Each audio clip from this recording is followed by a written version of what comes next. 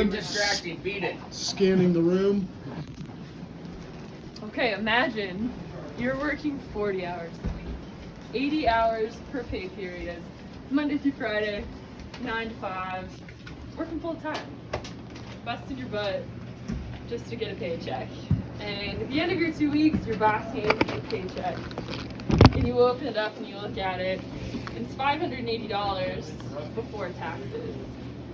In my opinion, that's offensively low. If you're working full time, 80 hours a week, and you're only making $580 before taxes, no American should be getting paid that small amount. Currently in the United States, the federal minimum wage is $7.25 an hour, and that has not increased since 2009. So I propose that the federal minimum wage should be increased to $15 an hour. In my speech today, I'm going to tell you guys my 3 main reasons as to why I think it should be increased to $15 an hour. And that includes the fact that the federal minimum wage has not kept up with inflation. Secondly, working class Americans making minimum wage cannot afford housing anywhere in the United States. And then last but not least, increasing the federal minimum wage will lift hundreds of thousands of Americans out of poverty. So now that I've previewed what I'm going to tell you guys about, I'm going to move on to my first point, which is that the federal minimum wage has not kept up with inflation. So the current level of $7.25 an hour was set in 2009, and since then, over a decade later, hasn't increased a single penny. The last time that federal minimum wage matched inflation was in 1968, and it's never again matched inflation. According to a 2020 study by The Bones, in order for the minimum wage to match inflation, our federal minimum wage should be at $21.16, which is quite a bit higher than the $15 that I'm proposing. So, my next point that I'd like to get to is that nowhere in the United States can anyone afford modest housing on federal minimum wage currently. $580 bi-weekly, a little over $1,000 a month, can't afford housing even in the most affordable areas in the entire country. According to a 2015 report from the National Income Housing Coalition, the average American needs to make $15 an hour to be able to afford a modest one-bedroom apartment anywhere in the United States.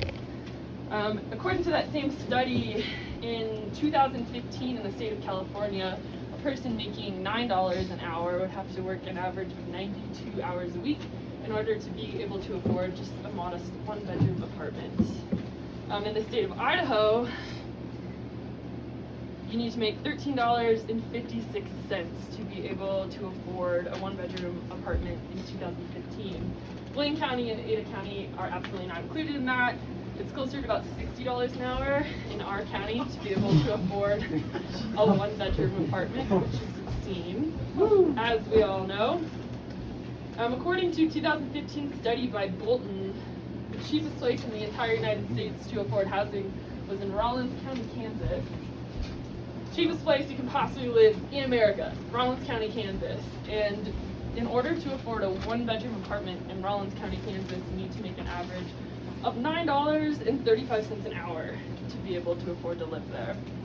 Which drives home my point that nowhere in the United States can anyone afford modest housing on the current federal minimum wage of $7.25 an hour.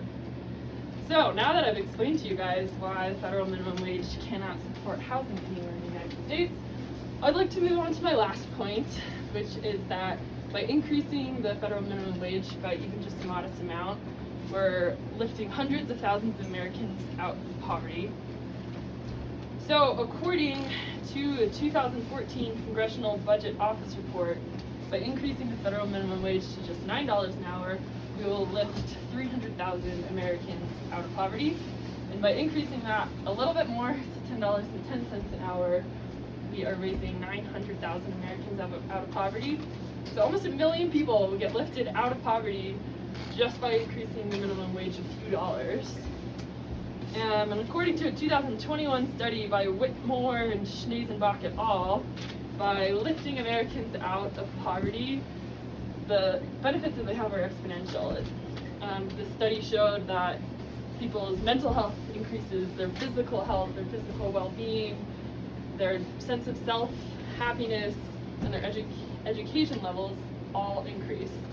So all we have to do just to have healthier, happier, longer living Americans is to just bump up the minimum wage just a few dollars, and we'll help out close to 1 million or even more potentially Americans out of poverty. So just to conclude, I just want to drive home all 3 points that I've been talking to you guys about. So, for starters, $7.25 is currently the minimum wage, federal minimum wage for the United States. This hasn't increased since 2009. Currently, you make $15,080 a year, salaried, at $7.25 an hour, and that is slightly above the poverty level for a single earner. But for a single earner with 1 child, the federal poverty level is right around $17,000. So you're living below poverty if you're making minimum wage working full-time in the United States. And I personally think it's offensive if you're working full-time in the United States of America to be living in the poverty level. We can definitely do better as a country. And my second point is that nowhere in the United States, including the cheapest place in the whole country to live, Rawlins County, Kansas, people cannot afford to live there on minimum wage. So by increasing minimum wage just a few dollars, people will be able to afford housing.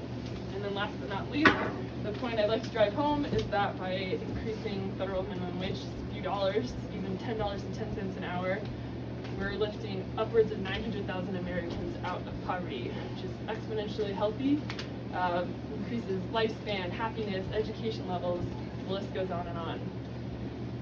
So, in my opinion, the federal minimum wage should be increased to $15 an hour to better serve hardworking Americans and to put our country in a better place in the future.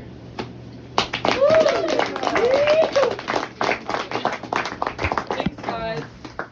Wow. Everybody's still here.